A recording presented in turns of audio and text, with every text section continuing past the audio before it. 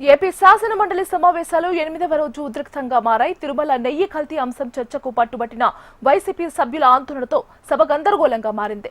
సభ ప్రారంభం కాగానే వైసీపీ సభ్యులు తిరుమల నెయ్యి అంశంపై చర్చ జరపాలని వాయిదా తీర్మానమిచ్చారు. మండలి చైర్మన్ దీనిని తిరస్కరించి ప్రశ్నోత్తరాలు ప్రారంభించారు. దీన్ని నిరసిస్తూ వైసీపీ సభ్యులు తమ స్థానాల్లో నిల్చొని నినాదాలు చేశారు. నిరసన మరింత ముదిరి వైసీపీ సభ్యులు ఏకంగా చైర్మన్ పోడియం పైకి ఎక్కి నినాదాలు చేశారు. ఈ చర్యలో సభలో తీవ్ర గందరగోళం ఏర్పడింది. రోజు ఇదే బిజినెస్ కాదు, కూర్చోండి. క్వశ్చన్ నెంబర్ 14261 శ్రీ సత్యకుమార్ యాదవ్ గారు, ప్లీజ్. ధన్యవాదాలు అధ్యక్ష. క్వశ్చన్ స్టార్ట్ అవుతుంది, కూర్చోవాలి. ఖచ్చితంగా వారిని దిగమని మీరు ఆదేశించకపోయినట్లయితే ఇది సభ మర్యాదకి భంగం కలిగేది అధ్యక్ష.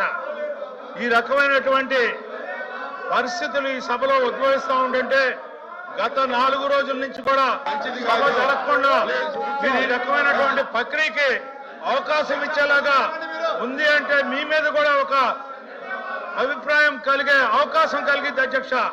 అలాంటి అవకాశం లేకుండా సభని నడిపేలాగా చూడవలసిందిగా మీ ద్వారా కోరుకుంటా ఉన్నాను. సభ్యుల్ని కిందకి దిగమని అధ్యక్ష. పోడియం మీద ఎక్కితే అవసరమైతే మీరు మార్షల్స్ ని పిలిపించి వాళ్ళని దింపాల్సిందిగా కోరుతా ఉన్నాను అధ్యక్ష.